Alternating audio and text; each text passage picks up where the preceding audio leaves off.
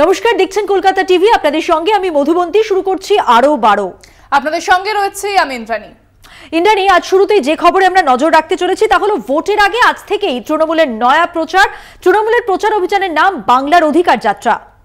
তৃণমূল প্রার্থীরা নিজের নিজের কেন্দ্রে 10 দিনের যাত্রা করবেন। আজ ঘাটাল, মেদিনীপুর, তমলুক, বালুরঘাটে প্রচার রয়েছে তাদের এবং আলিপুরদুয়ারেও প্রচার করবেন। কোচবিহার, মালদা, উত্তর দক্ষিণেও কিন্তু প্রচার চলবে। জেলার গুরুত্বপূর্ণ নেতৃত্বের সঙ্গে বৈঠক করবেন প্রার্থীরা মধুবন্তী, এবং আগামী 10 দিন তাদের কাছে কিন্তু গুরুত্বপূর্ণ। একদমই, অর্থাৎ এই যে প্রচারে একটা অভিনবত্ব আনা হয়েছে এটা কিন্তু নতুন নয়। এর আগে আমরা দেখেছি 42 জন প্রার্থীকে যেভাবে র্যাম্পে হাঁটিয়ে সাধারণ মানুষের সঙ্গে পরিচয় করে দেওয়া হলো, সেই জায়গা থেকেই কিন্তু তৃণমূল তার ছাপ ছাড়তে শুরু করেছে। কথা বলবো আমাদের বিশেষ প্রতিনিধি দেবজ্যোতি ঘোষের সঙ্গে। দেবজ্যোতি, তৃণমূলের প্রার্থী ঘোষণায় ছিল অভিনবত্ব, আর এবার প্রচারেও দেখছি অভিনবত্ব। দেখো, তৃণমূল কংগ্রেস এবারের যে লোকসভা নির্বাচন সেখানে বেশ কিছু চমক তারা উপস্থিত করবেন। যেমন প্রার্থী তালিকা ঘোষণার দিনে একটা অভিনব মঞ্চ তৈরি করা হয়েছিল এবং সেখানে র্যাম্পে হেঁটে তারা প্রচার করেছিলেন এবং র্যাম্পে হেঁটে মমতা বন্দ্যোপাধ্যায় প্রার্থীদের সঙ্গে পরিচয় করিয়ে দিয়েছিলেন। তারপরে কিন্তু আজ থেকে তৃণমূল কংগ্রেসের যেটা অধিকার যাত্রা, সেই কর্মসূচি শুরু হচ্ছে। প্রতিটি গ্রামের প্রতিটি বাড়িতে তারা প্রবেশ করবেন। অর্থাৎ আজকে শুধুমাত্র কলকাতা নয়, বিভিন্ন জায়গাতে তারা কিন্তু এই কর্মসূচি করবেন। যেমন বিকেলে ঘাটালের লোকসভা কেন্দ্রের তৃণমূল কংগ্রেসের প্রার্থী দেব তিনি প্রচার করবেন।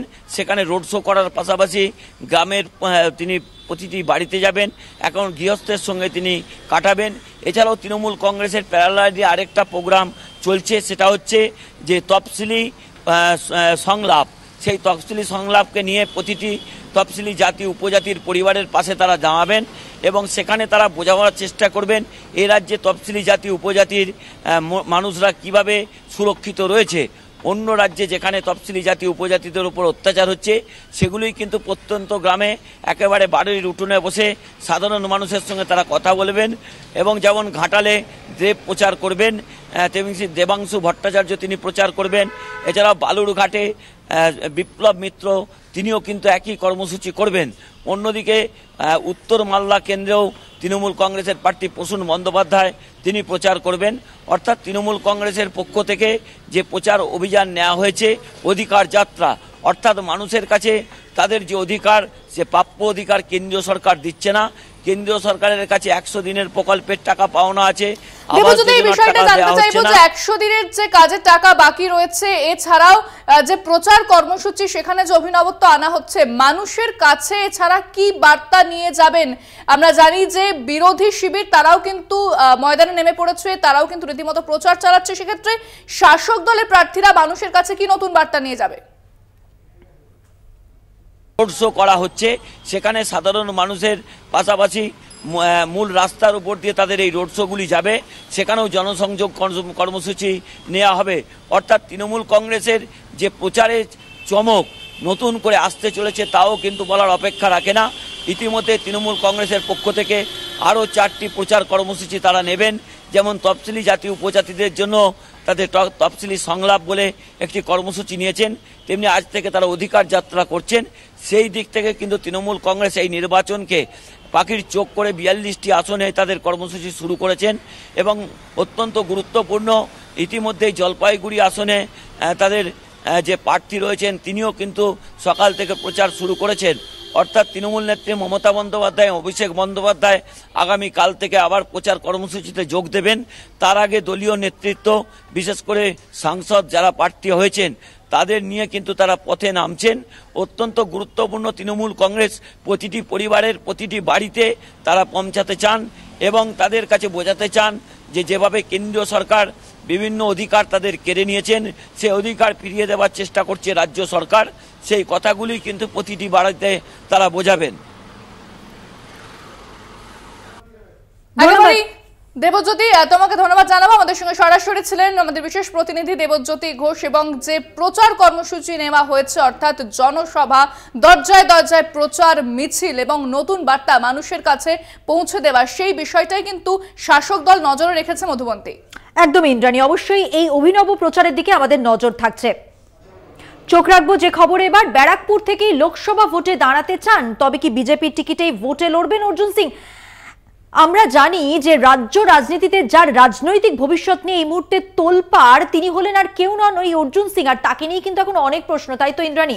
একেবারে, এবং বুধবারই অর্থাৎ সেই সিদ্ধান্ত নেওয়ার কথা রয়েছে। কলকাতা টিভিকে কিন্তু এমনটা অর্জুন সিং জানিয়েছিলেন, এবং অর্জুন সিং আমরা যখন দেখেছিলাম যে প্রার্থী ঘোষণা করা হয়েছিল তৃণমূলের পক্ষ থেকে, সেই সময় তিনি অভিমানী হয়েছিলেন। তিনি বলেছিলেন যে তার 1.5 বছর সময় নষ্ট হয়েছে এবং দল তাকে বুঝতে পারেনি, তার প্রয়োজন ফুরিয়ে গিয়েছে, তাই তাকে ছুঁড়ে ফেলে দিয়েছে, এই সমস্ত মন্তব্য করতে দেখা গিয়েছিল অর্জুন সিংকে। তবে অর্জুন সিং বলছেন যে পার্থভৌমিক কোনো ফ্যাক্টরি নয় তার কাছে, তিনি এই ব্যারাকপুর কেন্দ্র থেকে দাঁড়াতে চান এবং সেখানেই তিনি জিতবেন এবং সাংসদ হবেন, এমনটাই কিন্তু বলছিলেন মধুমন্তী। সেটাই কিন্তু শুনেছিলাম আমরা। একদমই শুনে নেব অর্জুন সিং ঠিক কি বলেছেন। ব্যারাকপুরে মানুষের জন্য সব কুরবান করেছি, অনেক কিছু আমি জানি, ওটাও সব একটা পার্ট অফ স্ক্রিপ্ট ছিল, কিন্তু আমি ওটা বিশ্বাস করিনি, মানবও না, মানিও নি। আমার যেরকম দায়বদ্ধতা আছে কি আমি ব্যারাকপুর থেকেই লড়বো, হয়তো দল যে আমাকে দায়িত্ব আছেন যারা তাদের কোনো দায়বদ্ধতা হবে, আমি কাউকে দোষ দিই না। আমার জন্য কোনোদিন পার্থভৌমিক ফ্যাক্টর না, পার্থভৌমিক তখনও 2019-এও ছিল, ওর বিধানসভা আমি জিতেছিলাম। ও আমার বন্ধু লোক আছে, ওকে আমি বলতে গেলে আমার অনেক পরে রাজনীতিতে এসছে, এটা একটা প্ল্যান করে করানো হচ্ছিল। তখনই আমি বুঝতে পেরেছিলাম কি আমাকে এখানে নমিনেশন দেওয়া হবে না। 20 বছর সাংসদ থাকবো, 5 বছর হয়ে গেছে, 15 বছর।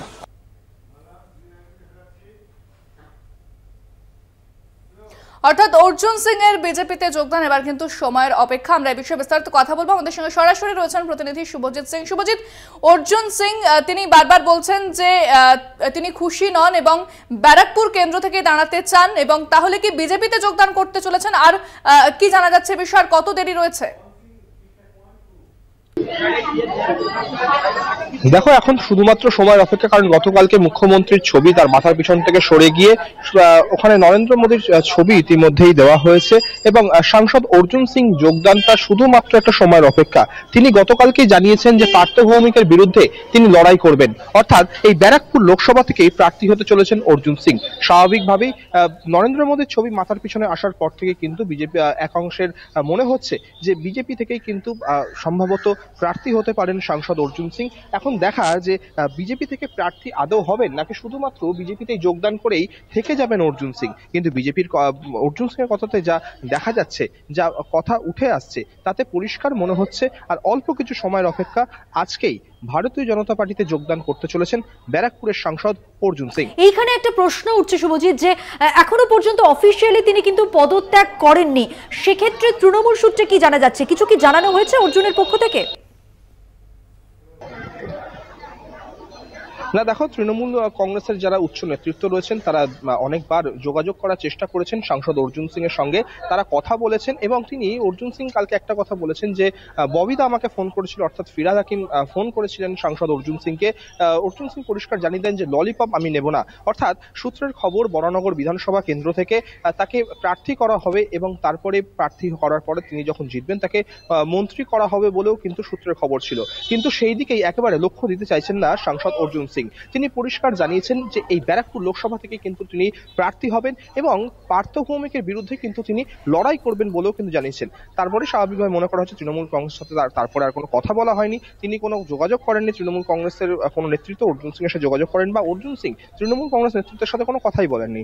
শুধুমাত্র সময়ের অপেক্ষা রয়েছে, আর অল্প কিছু সময়ের মধ্যে সম্ভবত আজকের দিনেই হয়তো যোগদান রয়েছে সাংসদ অর্জুন সিং এর ভারতীয় জনতা পার্টি। সেক্ষেত্রে শুভজিৎ, আরো একটা বিষয় জানতে চাইবো যে অর্জুন সিং তিনি বিজেপিতে ছিলেন, তারপর তৃণমূলে গেলেন, আবারও নির্বাচনের আগে তিনি বিজেপিতে ফিরতে চলেছেন, সেক্ষেত্রে বিজেপির নেতৃত্বই বা কি বলছে, তাদের কোনো প্রতিক্রিয়া পাওয়া গেছে? তার একাধিকবার এই যে দল বদলের খবর।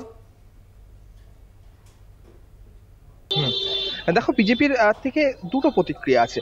প্রথম হচ্ছে বিজেপির একটা শ্রেণী বলছেন যে কেন্দ্রীয় নেতৃত্ব তারা বলবেন যে অর্জুন সিং যোগদান করবেন কিনা, বা অর্জুন সিং যোগদান করলে তাদের কোনো অসুবিধা নেই। কিন্তু বিজেপির একটা শ্রেণীর বারবার করে কিন্তু কথা উঠে আসছে যে 2022-এ যখন বিজেপির হাত ছেড়ে তৃণমূল কংগ্রেসের হাত ধরেন এই সাংসদ অর্জুন সিং, তখন কিন্তু অনেক বিজেপি কর্মী যারা ছিলেন তারা কিন্তু একেবারে প্রায় একা হয়ে পড়েন, কারণ অর্জুন সিং এর দিকে তাকিয়ে বহু বিজেপি কর্মীরা তারা লড়াইতে মাঠে নেমেছিলেন। স্বাভাবিকভাবে যখন অর্জুন সিং হাত ছেড়ে দিলেন পদ্মের, যখন তৃণমূল কংগ্রেসের হাত ধরলেন, তখন বিজেপি কর্মীরা কিন্তু অসহায় হয়ে পড়েন। সেই দিক থেকে এক শ্রেণীর যারা বিজেপি কর্মীরা রয়েছেন তারা কিন্তু বলছেন যে আমরা কেউ অর্জুন সিংকে সেইভাবে মানবো না, অর্জুন সিং এর সাথে থাকবো না। কিন্তু বিজেপির একটা শ্রেণীর আবার পক্ষ যে অর্জুন সিং যেহেতু 2019 সালে এই ব্যারাকপুর লোকসভা থেকে তৃণমূল কংগ্রেসকে হারিয়ে বিজেপির হয়ে প্রার্থী হয়ে তিনি জিতেছিলেন, তো স্বাভাবিকভাবে অর্জুন সিং যদি আবার 2024 সালে বিজেপি থেকে প্রার্থী হন তাহলে কিন্তু বিজেপির জয় নিশ্চিত বলে তারা জানিয়েছেন। ধন্যবাদ।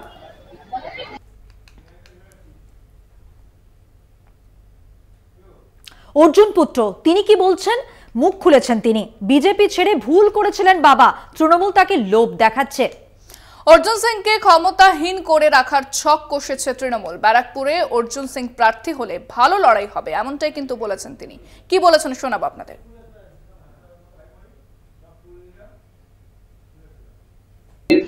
কি জায়গায় রয়েছে, বিজেপিতে যোগদান করবে? না দাদা, এরকম তো আমি খবর পাইনি কি এবার কোথায় যাবে, বিজেপি মধ্যে যাবে কি যাবে না, আমার পাশে এরকম খবর নেই। যদি অর্জুন সিং বিজেপিতে যেতে চান বা যদি যোগদান করেন, আপনি তো একদিন বলেছিলেন যে বিজেপি ছাড়াটা অর্জুন সিং এর হয়তো ভুল হয়েছে, তো সেই বিষয়ে গতকালকেও অর্জুন সিং এই কথাই বলেছেন, আপনার বাবা এই কথাই বলেছেন, কি বলবেন? দেখুন, আমি তো ফ্রম দ্য ফার্স্ট ডে আমি বলছি কি বাবাকে বলেছেন কি আপনি ভুল করছে, আপনি বিজেপি ছেড়ে আপনি যেখানেও যাবে আপনি ওরকম সম্মান পাবে না। তো এই জন্যে আপনি বিজেপি সঙ্গেই থাকুন, বিজেপিকে ছেড়ে যান না কোথাও। আর গেলে আপনি আপনার মিন্স হয় না, আপনি এবার সবচেয়ে বড় ভুল করবে আপনি। মিন্স একটা যে চেষ্টা করছে টিএমসি, আপনাকে লোভন দিচ্ছে কি আপনি চলে আসুন, আপনাকে এই করবে ও করবে। আমার যে মনে আছে আপনাকে এবার পাওয়ারলেস করা ইন্টেনশন আছে, পাওয়ারলেস করে দেবে।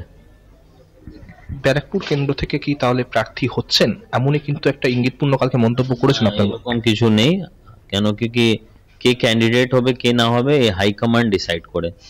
আমি না, আমার এই স্টেটে যে লিডার লোক আছে, আমার সবাই লোক রিকমেন্ড করতে পারে, মিন্স একটা রিকোয়েস্ট করতে পারবে, লেকিন ডিসিশনস হাইকমান্ড নেবে। সাংসদ তো একটা সময় দল ছেড়ে চলে গেছিলেন, তারপরে আবার দলে ফেরার চেষ্টা করছেন, বিজেপি কর্মীদের একাংশ কি চাইছেন তারা ফিরুক? দেখুন, নিশ্চয়ই কিছু না কিছু কর্মী হবে যে যে এর জন্যে ও পজিটিভ রেসপন্স হবে না, লেকিন হতে পারে কি আপনি একবার এসে যাবে আর এসে ধীরে ধীরে কাজ করবে, মানুষ আপনার উপরে যখন বিশ্বাস করবে তো ওর মাইন্ড চেঞ্জ হতেই পারে। আমি তো সবসময় চেষ্টা করেছেন, কেন কি অ্যাজ এ ছেলে আমি সবসময় চাই বাবার জন্য ভালো হয়। আর আমি স্টার্টিং থেকেই দেখছি কি টিএমসি যেরকম ইম্পর্টেন্স দেওয়া যায় অ্যাজ এ লিডার আপনাকে ওরকম দেয়নি। তো এই জন্যে আমার টিএমসি উপরে বিশ্বাসই থাকে না, এই জন্য আমি সবসময় বাবাকে বারণ করে কি আপনি ওরকম পার্টি করুন যে ন্যাশনাল পার্টি সবসময় আপনাকে ইম্পর্টেন্স দেবে। ন্যাশনাল পার্টি একটা ব্রড মাইন্ডেড রাখে, আর ব্রড মাইন্ডেড যেখানে থাকবে নিশ্চয়ই আপনার ওখানে আপনার যে হার্ড ওয়ার্কিং এর যে ক্যাপাবিলিটি আছে ও ক্যাপাবিলিটিকে নিশ্চয়ই অ্যাপ্রিসিয়েট করবে। পার্থ ভৌমিকের বিরুদ্ধে কি প্রার্থী দেখতে চাইছেন আপনার বাবাকে? দেখুন, কেউ না কেউ তো ক্যান্ডিডেট হবে সবাই দল থেকে। আমার পার্সোনালি তো কেউ সঙ্গে কিছু এই নেই, মিন্স প্রবলেম নেই, লেকিন ফাইট হলে আমি বলতে পারবে যে বাবা ক্যান্ডিডেট হলে ভালো একটা ফাইট হবে, কেন 2019-এ যেরকম ফাইট দেখেছে ওরকম আমার মনে আছে, ওরকম ক্যান্ডিডেট হলে তো ফাইট একটা ভালো হবে। আর ফাইট তো সব কেউ চায়, আপনিও ক্রিকেট ম্যাচ দেখে তো চায় কি ইন্ডিয়া পাকিস্তান ম্যাচ হয়, সবাই ম্যাচ তো আপনি দেখে, লেকিন ইন্ডিয়া পাকিস্তানের ম্যাচে একটা আলাদা এরা থাকে, ইন্টারেস্ট থাকে। তো ওরকম এমপি সাহেব ক্যান্ডিডেট হলে और ফ্রম আদার পার্টি কেউ হলে ভালো ক্যান্ডিডেট একটা ভালো ফাইট দেখতে পারবে।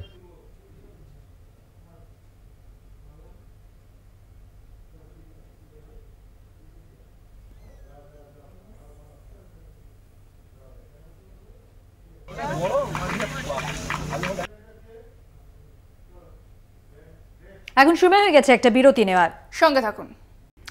ফিরে এলাম বিরতির পর। এবার যে খবরে নজর রাখবো, কি করবে সিপিএম, এটাই এখন প্রশ্ন। আসন সমঝোতা নিয়ে কংগ্রেসের পক্ষ থেকে এখনো ইঙ্গিত মেলেনি, প্রার্থী ঘোষণার প্রস্তুতি শুরু করেছে সিপিএম। বামফ্রন্টের বৈঠকে শরিকদের সঙ্গে আসন ভাগাভাগি নিয়ে কথা হয়েছে। বসিরহাটে নিরাপদ সর্দারকে প্রার্থী করতে চায় সিপিএম। ঘাটাল মেদিনীপুর আসন সিপিআই কে ছাড়া হয়েছে, এমনটাই কিন্তু সূত্রের খবর। তবে কংগ্রেসের পক্ষ থেকে এখনো কিন্তু কোনো ইঙ্গিত মেলেনি। সেক্ষেত্রে সিপিএম কি করবে সেই বিষয়টা নিয়ে একটা প্রশ্ন তো থেকেই যাচ্ছে, তাই না মধুমন্তী? একদমই। আসন্ন লোকসভা নির্বাচনের আগে সমস্ত রাজনৈতিক দলগুলির প্রস্তুতি একেবারে তুঙ্গে আমরা জানি।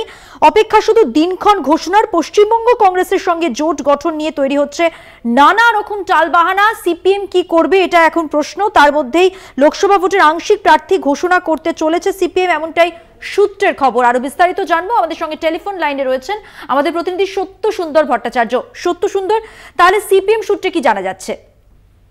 দেখো, লোকসভা নির্বাচনে সিপিএম এর প্রার্থী তালিকা ঘোষণার প্রস্তুতি শুরু হয়েছে আলিমুদ্দিনে। তার কারণ হিসেবে তারা মনে করছে যে ইতিমধ্যেই বাংলায় রাজ্যে কংগ্রেসের তরফ থেকে কিন্তু ইন্ডিয়া জোটের যে আসন সমঝোতা বা আসন ভাগাভাগি সে বিষয়ে কিন্তু এখনো পর্যন্ত কোনো ইতিবাচক সংকেত পাওয়া যায়নি।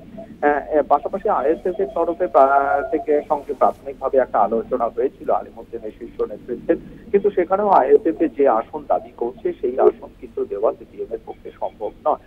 ফলে সব মিলিয়ে কিন্তু আর নতুন করে দেরি করতে রাজি নয় সিপিএম নেতৃত্ব। আজকে আলিমুদ্দিনের রাজ্য সম্পাদক মন্ডলীর বৈঠক, এবং সেই বৈঠকে কিন্তু ইতিমধ্যেই এর আগে বামফ্রন্টের বৈঠকে শরিক দল ফরওয়ার্ড ব্লক আরএসপি এবং সিপিআই এর সঙ্গে আসন ভাগাভাগি নিয়ে বৈঠক করেছে সিপিএম এর, এবং সেখানে প্রত্যেকটি শরিক দলকে কংগ্রেসের সঙ্গে কংগ্রেসের থেকে যদি ইঙ্গিত পাওয়া যায় তাহলে পুরুলিয়া আসনটি ফরওয়ার্ড ব্লকে যেরকম। এখনো পর্যন্ত সত্য সুন্দর কি ইঙ্গিত পাওয়া যাচ্ছে, তাহলে স্পষ্টভাবে কি জানা যাচ্ছে? এখন স্পষ্টভাবে যেটা জানা যাচ্ছে, আর নতুন করে দেরি করতে রাজি নয় সিপিএম। তারা নিজেদের প্রার্থী ঘোষণা করে দিতে চায়, এবং সেই লক্ষ্যেই কিন্তু আজকে রাজ্য সম্পাদক মন্ডলীর বৈঠকে সেটা চূড়ান্ত সিদ্ধান্ত নেওয়া হবে। ধন্যবাদ। আসন্ন লোকসভা নির্বাচন নিয়ে সমস্ত রাজনৈতিক দলগুলির প্রস্তুতি তুঙ্গে, এবং অপেক্ষা শুধু দিনক্ষণ ঘোষণার। যেমনটা বলছিলাম যে এই মুহূর্তে প্রস্তুতি শুরু হয়ে গেছে সব শিবিরে। সিপিএম কি করবে সেইখানে যখন প্রশ্ন উঠছে, তখন যেটা দেখা যাচ্ছে যে আজকে বৈঠক, এবং সেই বৈঠক থেকেও কিছুটা স্পষ্ট হবে আংশিক প্রার্থী তালিকা ঘোষণা করতে চলেছে সিপিএম, এমনটাই কিন্তু জানা যাচ্ছে। প্রার্থী ঘোষণার প্রস্তুতি একদিকে যেরকম সিপিএম শুরু করেছে, যেখানে বামফ্রন্টের বৈঠকে শরিকদের সঙ্গে আসন ভাগাভাগি নিয়ে কথা হয়েছে, তবে কংগ্রেসের পক্ষ থেকে কিন্তু এখনো পর্যন্ত কোনো ইঙ্গিত মেলেনি। সামনেই রয়েছে লোকসভা নির্বাচন, তার আগে যদি কংগ্রেসের পক্ষ থেকে কোনো ইঙ্গিত না পাওয়া যায় সেক্ষেত্রে সেই বিষয়ে একটা প্রশ্ন থাকতে পারে যে কংগ্রেস তাহলে কি করছে, কংগ্রেসের পক্ষ থেকে কেন কোনো ইঙ্গিত এখনো পর্যন্ত পাওয়া যায়নি। সিপিএম যেখানে প্রস্তুতি শুরু করেছে, প্রার্থী ঘোষণার প্রস্তুতি শুরু করে দিয়েছে সিপিএম। বামফ্রন্টের বৈঠকে তারা শরিকদের সঙ্গেও আসন ভাগাভাগি নিয়ে কথা বলেছে, কিন্তু এখনো পর্যন্ত কংগ্রেসের সঙ্গে কোনো সে বিষয়ে কথা হয়নি। তাহলে কংগ্রেস কি করতে চলেছে, কংগ্রেসই বা কি ভাবছে এই বিষয়ে, সেই প্রশ্ন কিন্তু থেকে যাচ্ছে। আসন সমঝোতা নিয়ে কংগ্রেসের সঙ্গে এখনো কোনো ইঙ্গিত মেলেনি, সিপিএম এর এখনো কোনো এই বিষয়ে কথা হয়নি, যেখানে অন্যান্য দলগুলি তাদের প্রচারও শুরু করে দিয়েছে, তারা প্রার্থীও ঘোষণা করে দিয়েছে। সেক্ষেত্রে কিন্তু এখনো পর্যন্ত কংগ্রেস এবং সিপিএম অনেকটাই পিছিয়ে রয়েছে বলে রাজনৈতিক মহলের মত। কারণ কংগ্রেসের পক্ষ থেকে যেরকমটা ইঙ্গিত এখনো পর্যন্ত পাওয়া যাচ্ছে না, অন্যদিকে সিপিএম প্রস্তুতি শুরু করলেও কংগ্রেসের পক্ষ থেকে এখনো পর্যন্ত কোনো ইঙ্গিত মেলেনি। সৌম্য আইজরা এই মুহূর্তে রয়েছেন আমাদের সঙ্গে টেলিফোন লাইনে। সৌম্যবাবু, জানতে চাইবো যে আসন সমঝোতা নিয়ে আপনাদের কি ভাবনা চিন্তা? তাহলে দেখুন, আমাদের প্রথম দুটো জিনিস আপনাদের বিষয়টা বুঝতে হবে। দুটো দলের সঙ্গে আমরা জোট চাই, জোট প্রক্রিয়া চলছে, কথাবার্তা আলোচনা চলছে, সেটা তো আর সর্বসমক্ষে আমরা কখনো প্রেস কনফারেন্স করে বলি না। আর আমাদের প্রার্থী ঠিক হয় না পশ্চিমবঙ্গ থেকে, অল ইন্ডিয়া পার্টি কংগ্রেসের এআইসিসি ঠিক করে। তো পশ্চিমবঙ্গের সিপিআইএম স্বতন্ত্র দল, তারাও তাদের মতো করে কথাবার্তা বলছেন, স্টেটমেন্ট দিচ্ছেন, কিন্তু আমরা বলছি যে আলোচনার প্রক্রিয়া চলছে, দিল্লিতে কথাবার্তা হচ্ছে, কেন্দ্রীয় নেতৃত্বের সাথে কথাবার্তা হচ্ছে, দু একদিনের মধ্যে আপনারা তার আশু রেজাল্ট দেখতে পাবেন। সেক্ষেত্রে সৌম্যবাবু, আপনার মনে হয় না যে অন্যান্য দলগুলি প্রার্থী তালিকা ঘোষণা করে দিয়েছে, প্রচারও শুরু করে দিয়েছে, এখনো পর্যন্ত আপনাদের আলোচনা স্তরেই রয়েছে বিষয়টা? দেখুন, আমাদের মনে হওয়া না হওয়া নিয়ে কিছু হয় না। বিষয়টা হচ্ছে যে আমরা দেখতে চাইছি যে আমরা কোথায় কোথায় আমাদের প্রস্তুতি চলছে, সেটা তো আমরা পাবলিকলি বলি না, এবং প্রেসের কাছেও সেটা বলবো না। কিন্তু আমাদের প্রস্তুতি চলছে, দুটো দল, আমরা জোট প্রক্রিয়া চলছে, জোটের কথাবার্তা আলোচনা চলছে, এবং আপনারা দু একদিনের মধ্যেই এটা সম্পন্ন হবে, আপনারা দেখতে পাবেন। সেক্ষেত্রে আপনাদের শীর্ষ নেতৃত্ব যদি এখনো পর্যন্ত আলোচনা করতে থাকে, তাহলে আখেরে তো লোকসভা নির্বাচনে আগে অন্যান্য দলগুলি সুযোগ সুবিধা পাবে, কি বলবেন এই বিষয়ে? মানুষ ঠিক করবে কে সুবিধা পাবে না সুবিধা পাবে। এখন অত তাড়াহুড়োরই বা কি আছে, ভোট ডিক্লেয়ার হয়নি। কেউ যদি মনে করে, দেখুন আমাদের তো আর ওই কালীঘাট থেকে প্রার্থী তালিকা ঠিক হয় না, আমাদের প্রার্থী তালিকা ঠিক হয় দিল্লি থেকে, এবং সর্বভারতীয় ক্ষেত্রে একসঙ্গে প্রার্থী তালিকা বেরোয়। দেখুন প্রতি ক্ষেত্রে বেরোচ্ছে, গতকালও 39 জনের প্রার্থী তালিকা বেরোচ্ছে, তার আগের দিন 56 জনের বেরোচ্ছে। এরকম ভাবেই হবে, আমরা আমাদের প্রসেস অনুযায়ী করবো। এবং মার্ক্সবাদী কমিউনিস্ট পার্টিরাও আজকে বলেছেন ওনারা আলোচনা করছেন, সৌহার্দ্যপূর্ণ ব্যবস্থায় আলোচনা হবে। আমরা জোট চাই, জোট প্রক্রিয়াকে আমরা কোনো অবস্থাতেই টিকিয়ে রাখার চেষ্টা করতে চাই। অনেক ধন্যবাদ কথা বলার জন্য। কথা বললাম সৌম্য এইচ রায় কংগ্রেস নেতার সঙ্গে, অর্থাৎ জোট প্রক্রিয়া নিয়ে আলোচনা এবং সব মিলিয়ে প্রার্থী তালিকা নিয়ে যে আলোচনা, সামগ্রিকভাবে যে প্রস্তুতি, সেই নিয়ে আলোচনা কিন্তু চলছে। অবশ্যই আগামী দিনে ঠিক কোন পর্যায়ে আসেন তারা, কি বলেন, কি ঘোষণা করেন, সেদিকে আমাদের নজর থাকছে।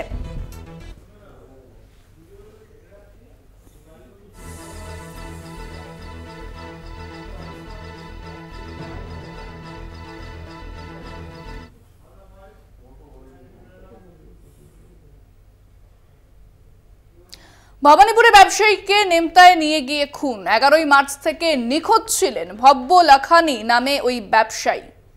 পুলিশ সূত্রে যেটা জানা যাচ্ছে যে প্রথমে উইকেট দিয়ে তাকে মারা হয় এবং হত্যা করা হয়, এভাবেই পরে জলের ট্যাঙ্কে লুকিয়ে রাখা হয় তার দেহ।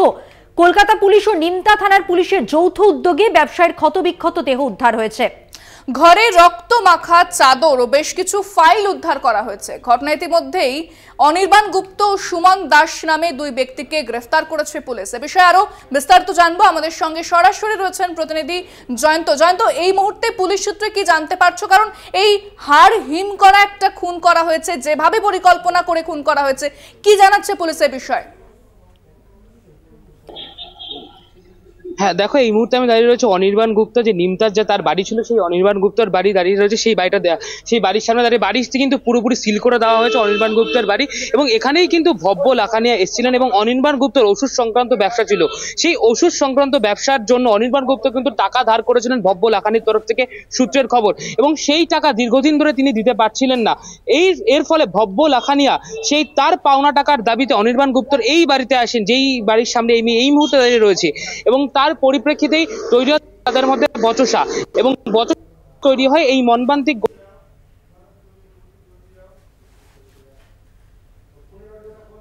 যোগাযোগ বিচ্ছিন্ন, অবশ্যই যোগাযোগ করার চেষ্টা করব প্রতিনিধির সঙ্গে। যে ঘটনা ঘটেছে, অত্যন্ত রোমহর্ষক একটি ঘটনা। নিখোঁজ ছিলেন কলকাতার ভবানীপুরের এক ব্যবসায়ী। অভিযোগের ভিত্তিতে তদন্ত শুরু করলো পুলিশ। অবশেষে যেটা জানা যাচ্ছে, ওই ব্যবসায়ীর দেহ উদ্ধার হয়েছে, মৃত অবস্থায় তাকে পাওয়া গেছে উত্তর 24 পরগনার নিমতা এলাকার একটি বাড়ির জলের ট্যাঙ্কের পাশে।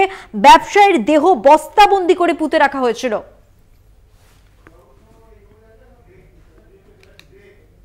এই খবর নিয়ে পরবর্তী সময় আপনাদের সামনে আসবো। সময় এখন একটা বিরতির, সঙ্গে থাকুন। ফিরে এলাম বিরতির পর। যে খবরের দিকে নজর রাখবো, ভবানীপুরের এক ব্যবসায়ীকে নিমতায় নিয়ে গিয়ে খুন, 11ই মার্চ থেকে নিখোঁজ ছিলেন ভব্য লাখানি নামে ওই ব্যবসায়ী। পুলিশ সূত্রে খবর, প্রথমে উইকেট দিয়ে মেরে তাকে হত্যা করা হয়েছে, পরে জলের ট্যাঙ্কে লুকিয়ে রাখা হয় দেহ। এমনটা কিন্তু মধুবন্তী এক হাড় হিম করা এই খুনের খবর সামনে আসছে। একদমই, কলকাতা পুলিশ ও নিমতা থানার পুলিশের যৌথ উদ্যোগে ব্যবসায়ীর ক্ষতবিক্ষত দেহ উদ্ধার করা হয়েছে। ঘরে রক্তমাখা চাদর, বেশ কিছু ফাইলও উদ্ধার হয়েছে। এবং ঘটনায় ইতিমধ্যেই অনির্বাণ গুপ্ত ও সুমন দাস নামে দুই ব্যক্তিকে গ্রেফতার করেছে পুলিশ। ঠিক কি কারণে ওই ব্যবসায়ীকে হত্যা করা হয়েছে এবং এইভাবে মর্মান্তিকভাবে যে ঘটনা ঘটানো হয়েছে, যারা যারা অভিযুক্ত তাদেরকে জিজ্ঞাসাবাদ করা হচ্ছে এবং তথ্য প্রমাণ সংগ্রহ করার চেষ্টা করছে পুলিশ। এবং পুলিশ সূত্রে এই মুহূর্তে কি খবর পাওয়া যাচ্ছে জানবো, আমাদের সঙ্গে সরাসরি রয়েছেন প্রতিনিধি জয়ন্ত। তুমি যেরকমটা বলছিলে যে যেভাবে এক ব্যক্তিকে হত্যা করা হয়েছে, সেক্ষেত্রে রীতিমতো কিন্তু পুলিশকেও ভাবতে হচ্ছে, এবং দুজনকে ইতিমধ্যেই গ্রেফতার করা হয়েছে। জেরায় তারা কি বলছেন?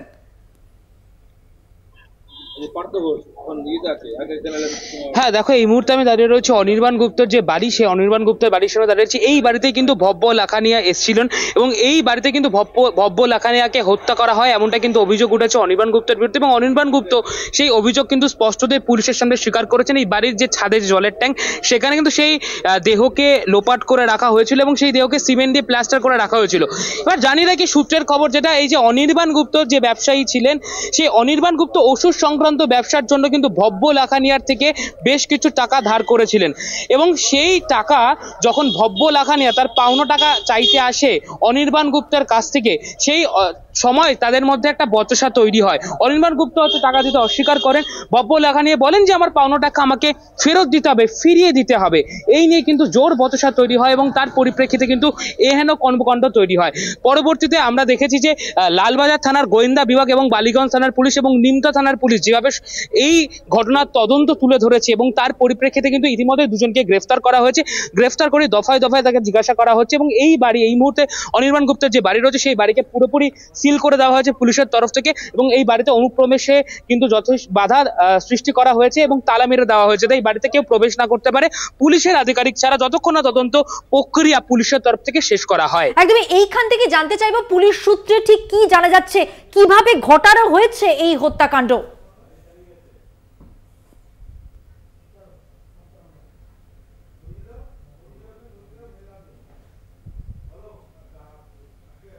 যোগাযোগ বিচ্ছিন্ন। অবশ্যই আপনাদের জানিয়ে রাখি যে ঘটনা ঘটেছে একেবারে হাড়হিম করা হত্যাকাণ্ড। বুধবার পাওয়া গেছে ব্যবসায়ীর দেহ, তবে মৃত অবস্থায়। উত্তর 24 পরগনার নিমতা এলাকার ঘটনা। যে বাড়িটি আমাদের প্রতিনিধি দেখাচ্ছিলেন, এই বাড়িরই জলের ট্যাঙ্কের ঠিক পাশে ব্যবসায়ীর দেহ বস্তাবন্দি করে পুঁতে রাখা হয়েছে।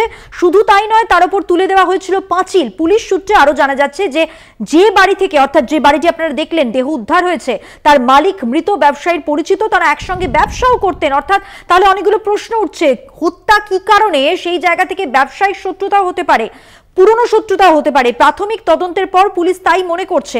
ব্যবসায়ীকে নিমতায় ডেকে এনে মাথায় উইকেট দিয়ে বাড়ি মেরে খুন করা হয়েছে, জলের ট্যাঙ্কের নিচে দেহ ঢুকিয়ে রাখা হয়েছে। যেমনটা ইন্দ্রাণী আমরা জানতে পারছি, অনির্বাণ গুপ্ত ও সুমন দাস এই দুজনকে এই ঘটনায় গ্রেফতার করা হয়েছে।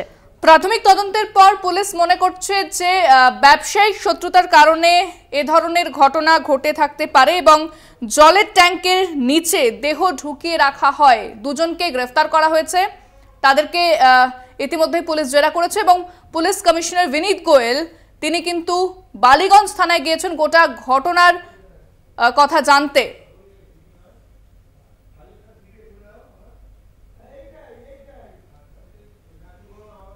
ঘরে রক্তমাখা চাদর উদ্ধার হচ্ছে ঘর থেকে এবং এই ঘটনায় দুজনকে ইতিমধ্যে গ্রেফতার করা হয়েছে। তারাও কিন্তু বেশ কিছু খবর জানিয়েছে পুলিশকে এই জেরাতে, যেখানে ব্যবসায়ীকে খুন করা হয়েছে যেভাবে, তা কিন্তু রীতিমতো ভাবাচ্ছে পুলিশকেও এবং পুলিশ গোটা ঘটনার তদন্ত ইতিমধ্যেই শুরু করছে। পুলিশ ব্যবসায়িক শত্রুতা বলে প্রাথমিকভাবে মনে করছে। ব্যবসায়ীকে নিমতায় ডেকে এনে মাথায় উইকেট দিয়ে বেশ কয়েকবার আঘাত করা হয়েছে, তারপরে জলের ট্যাঙ্কের নিচে দেহ ঢুকিয়ে রাখা হয়। ইতিমধ্যে অনির্বাণ গুপ্ত এবং সুমন দাস এই দুজনকে গ্রেফতার করা হয়েছে।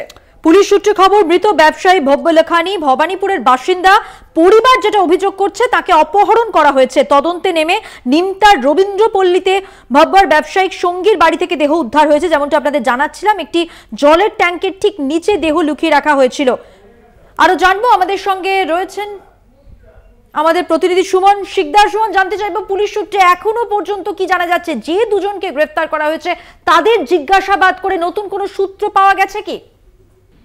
একদম, দেখো এই যে ওষুধ ব্যবসায়ী ভব্য লাখানিয়া, তার যেহেতু আজ সকালবেলায় দেহ উদ্ধার করেছে কলকাতা পুলিশের গোয়েন্দা বিভাগ, এছাড়াও কিন্তু নিমতা থানার পুলিশ যৌথ অভিযান চালিয়ে যে নিমতা অঞ্চলে সেই বাড়ি থেকেই কিন্তু তার দেহ উদ্ধার করেছে।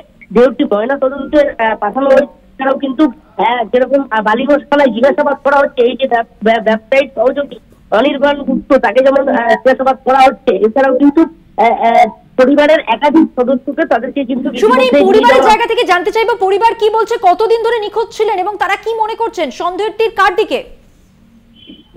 একদম দেখো, এই যে ব্যবসায়ী মার্চের 11 তারিখ তিনি কিন্তু নিখোঁজ হয়ে যান, তো বাড়িতে বা পরিবারের যেটা দাবি তিনি কিন্তু নিমতার উদ্দেশ্যে এই যে তার সহযোগী ব্যবসায়ী অনির্বাণ গুপ্ত তার সাথেই দেখা করতে এইদিকে এসেছিলেন।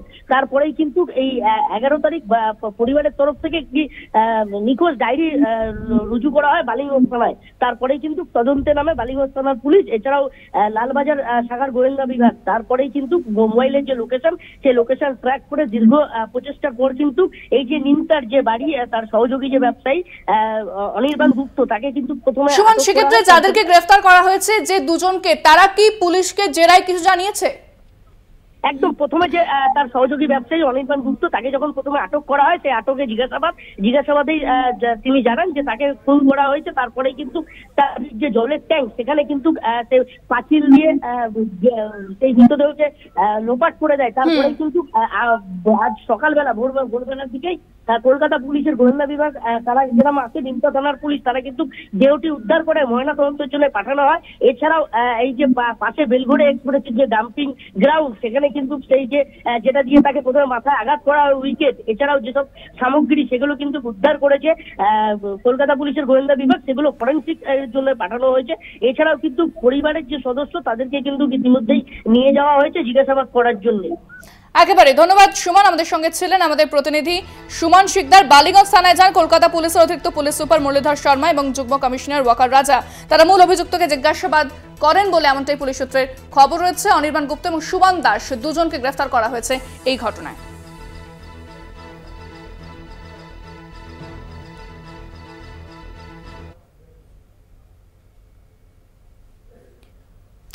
সময় আরো একটা বিরতি। ফিরে এলাম বিরতির পর। এবার যে খবরে নজর রাখবো, বিচারপতির পদ থেকে অবসর নিয়ে রাজনীতির ময়দানে অভিজিৎ গঙ্গোপাধ্যায়। তমলুক থেকে বিজেপি প্রার্থী হিসেবে নাম ঘোষণা না হলেও প্রচার শুরু করে দিয়েছেন তিনি। মঙ্গলবার প্রথমে শুভেন্দু অধিকারীর সঙ্গে তমলুকে প্রচার, পরে শিশির অধিকারী এবং দিব্যেন্দু অধিকারীর সঙ্গে সৌজন্য সাক্ষাৎ। অভিজিৎ গঙ্গোপাধ্যায়ের সঙ্গে সাক্ষাতের পর শিশির অধিকারী জানান, কোনো রাজনৈতিক কথা হয়নি, নিতান্তই সৌজন্যমূলক সাক্ষাৎ ছিল। খুব ভালো মানুষ, ন্যায্য বিচার করতেন। প্রার্থী হলে তার প্রচারে থাকার কথাও বলেন শিশির অধিকারী। সব মিলিয়ে গতকাল থেকেই কিন্তু বলা যেতে পারে একটু একটু করে প্রচারের পথেই হাঁটছেন এই অভিজিৎ গঙ্গোপাধ্যায়। বিচারপতির পদ থেকে অবসর নিয়েই তিনি রাজনীতির ময়দানে কিভাবে এলেন, একেবারে তার নাটকীয় মোড় আমরা দেখেছি। অভিজিৎ গঙ্গোপাধ্যায় সাংবাদিকদের মুখোমুখি হয়ে তার ক্ষোভ উগরেছেন তৃণমূলের বিরুদ্ধে এবং তিনি বিজেপি থেকেই লড়বেন সেই ইঙ্গিত দিয়ে শেষ পর্যন্ত দলে যোগদান, এবং তমলুক থেকেই তিনি বিজেপি প্রার্থী হিসেবে লড়বেন কিনা সেটা এখনো অফিসিয়ালি ঘোষিত হয়নি ঠিকই, কিন্তু বিজেপি প্রার্থী হিসেবে তার নাম ঘোষণা না হলেও প্রচার কিন্তু তিনি ইতিমধ্যেই শুরু করে দিয়েছেন। এবং তমলুক থেকে যে তিনি প্রার্থী হতে পারেন সেই একটা ইঙ্গিত এবং জল্পনা কিন্তু দেখা যাচ্ছে রাজনৈতিক মহলে। গতকাল তিনি যখন যান শুভেন্দু অধিকারীর সঙ্গে প্রচারে, শুভেন্দু অধিকারীর সঙ্গে ছিলেন এবং শিশির অধিকারীর সঙ্গেও তিনি দেখা করেছেন।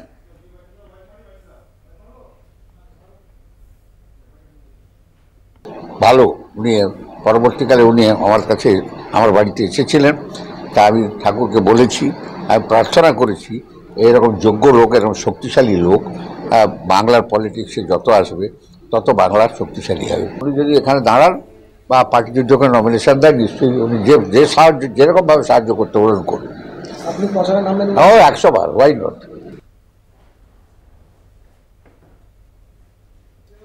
অন্যদিকে লোকসভা ভোটে ভরসা জেলবন্দি অনুব্রত। তাঁর দেখানো পথেই বীরভূমে 2টি আসনে ভোট হবে, বিপুল ভোটে জিতবে তৃণমূল।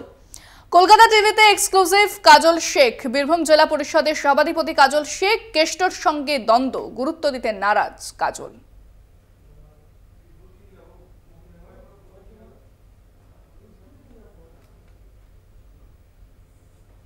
বীরভূম মানে অবশ্য আমরা বুঝি যে মানুষটার কথা, তিনি হচ্ছেন কেষ্ট মণ্ডল, অনুব্রত মণ্ডল। তিনি অনুপস্থিত, কিন্তু তারপরে যদি কারোর নাম রাঙামাটি জেলা থেকে উঠে আসে সেটি হচ্ছে কাজল শেখ। তার দাপট সকলের জানা, বাঘে গরুতে এক ঘাটে জল খায়। তো এই কাজল শেখ কলকাতা টিভির মুখোমুখি। বীরভূম জেলার যারা অনুব্রত মণ্ডল মহাশয়ের টিম আছে, সৈনিক আছে, তারা যুদ্ধ অবতীর্ণ করেছে, মাঠে ময়দানে নেমে পড়েছে। বিগত যে ইতিহাস ছিল সেই ইতিহাসকে আমরা ছাড়িয়ে যাব। বিগত ইতিহাস বলতে বিগত দিনে যে রেকর্ড মার্জিনে বীরভূম জেলা লোকসভা কেন্দ্র জিতেছে তৃণমূল কংগ্রেস, তার থেকেও আরও অনেক বেশি ভোটের ব্যবধানে বিরুদ্ধে আমরা পরাস্ত করব। আপনার দলের বিধায়ক, মন্ত্রী তারা দুর্নীতি দায়ে জেলে, এমনকি আপনার জেলা সভাপতিও। এটা কি বড় ফ্যাক্টর হয়ে দাঁড়াবে নির্বাচনে? দেখুন, এটা ফ্যাক্টর হয়ে দাঁড়াবে বলে আমার ব্যক্তিগত মতামত দাঁড়াবে বলে মনে হয় না। তার কারণ আমার জেলা সভাপতি, আমাদের অভিভাবক, আমাদের রাজনৈতিক গুরু, যার হাত ধরে আমাদের রাজনৈতিক জীবনে পথ চলা শুরু, তাকে মিথ্যা মামলায় জেলে আবদ্ধ রেখেছে। যদি ওই মানুষগুলোকে, যারা আমাদের দলের নেতা মন্ত্রী, যারা জেলে আবদ্ধ আছে, এতদিন পর্যন্ত তাদের বিরুদ্ধে কোনো প্রমাণ সামনে আসেনি, সুতরাং আমরা তাদের কাউকেই দোষী সাব্যস্ত করতে পারি না। তাদেরকে মিথ্যা মামলায় জেলে আবদ্ধ রাখা হয়েছে বলে আমরা মনে করি। লোকসভা নির্বাচনের মুখে সিএএ নাগরিকত্ব সংশোধন আইন সেটা লাগু করে দিল। বীরভূম জেলা পরিষদের সভাধিপতি কাজল শেখ সিএএ নিয়ে কি বলবেন? দেখুন, এর আগেও সিএটা পাস অনেক আগে হয়েছে। এটা একটা রাজনৈতিক ষড়যন্ত্র বা রাজনৈতিক চক্রান্ত বলে আমি মনে করি। আমরা আগে থেকেই ভারতবর্ষের নাগরিক, আমাদের ভোটার আই কার্ড আছে, আমাদের রেশন কার্ড আছে, আমাদের জব কার্ড আছে, আমাদের সব ধরনের ডকুমেন্টস আছে। এরপরেও আমরা নাগরিক কেন নয়, এই প্রশ্ন আমার ওনাদের কাছে থাকলো। জেলা তৃণমূলের কোর কমিটির মুখ হচ্ছে কেষ্টমণ্ডল ভার্সেস কাজল শেখ। এমতো অবস্থায় এটা বিরোধীরা অভিযোগ করছে, মানুষ বলছে, তো কাজ করতে অসুবিধা হচ্ছে না আপনার? দেখুন, কাজল শেখ হচ্ছে মমতা বন্দ্যোপাধ্যায়ের একজন নির্ভীক সৈনিক। এই দলটা করতে গিয়ে আমি আমার পরিবারের দুজনকে হারিয়েছি, দাদাকে হারিয়েছি, বাবাকে হারিয়েছি। আমার বিরুদ্ধে একাধিক মিথ্যা মামলার জালে আমাকে আবদ্ধ করা হয়েছিল। একের পর এক সেই মহামান্য আদালত আমাকে পরিত্রাণ দিয়েছে। দীর্ঘদিন গৃহহীন হয়েছিলাম, তবুও দলটা ছাড়িনি। স্বভাবতই দলের সৈনিক হয়ে সততার পথে, নিষ্ঠার পথে হাঁটব। মমতা বন্দ্যোপাধ্যায়ের নীতি আদর্শকে মাথায় রেখে কাজল শেখকে মমতা বন্দ্যোপাধ্যায় যে নির্দেশ দেবে সেটাকে অক্ষর অক্ষরে পালন করাটাই হচ্ছে আমার ধর্ম।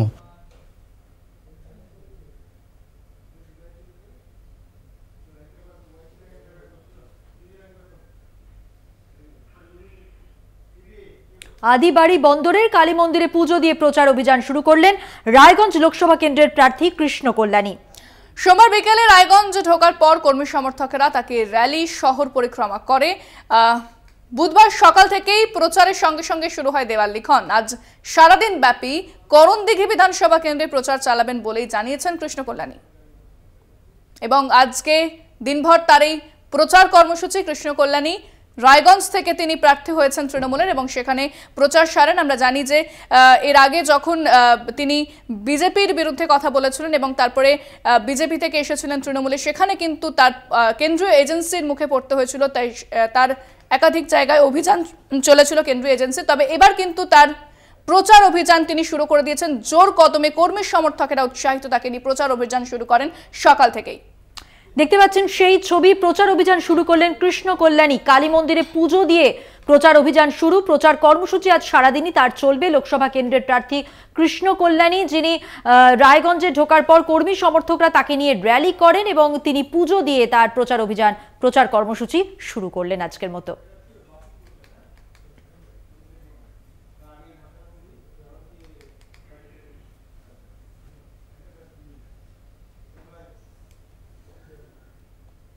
নির্বাচনের আগে একটাই ছবি, প্রচারের ছবি। দক্ষিণ 24 পরগনার মথুরাপুর লোকসভা কেন্দ্রে এবার তৃণমূলের নতুন মুখ।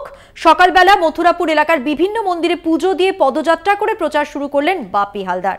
পদযাত্রায় বাপির সঙ্গে থাকেন মথুরাপুর 1 নম্বর পঞ্চায়েত সমিতির সভাপতি মানবেন্দ্র হালদার সহ একাধিক তৃণমূল কর্মী সমর্থকেরা। এছাড়াও লক্ষ্মীর ভান্ডার, স্বাস্থ্য সাথী সহ রাজ্যের বিভিন্ন প্রকল্পের প্রতীকী হিসেবে ছদ্মবেশে এই মিছিলের অংশগ্রহণ করেন সাধারণ মানুষ। তার বক্তব্য, জেতার বিষয়ে তিনি 100% নিশ্চিত। দেখছেন সেই ছবি।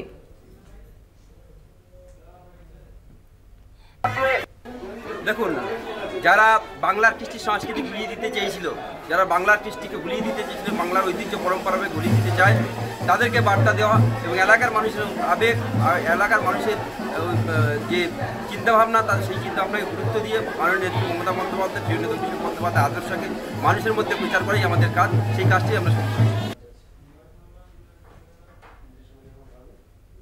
আরো আজকের মতো এ পর্যন্তই। দেখতে থাকুন কলকাতা টিভি, রাত দিন 7 দিন।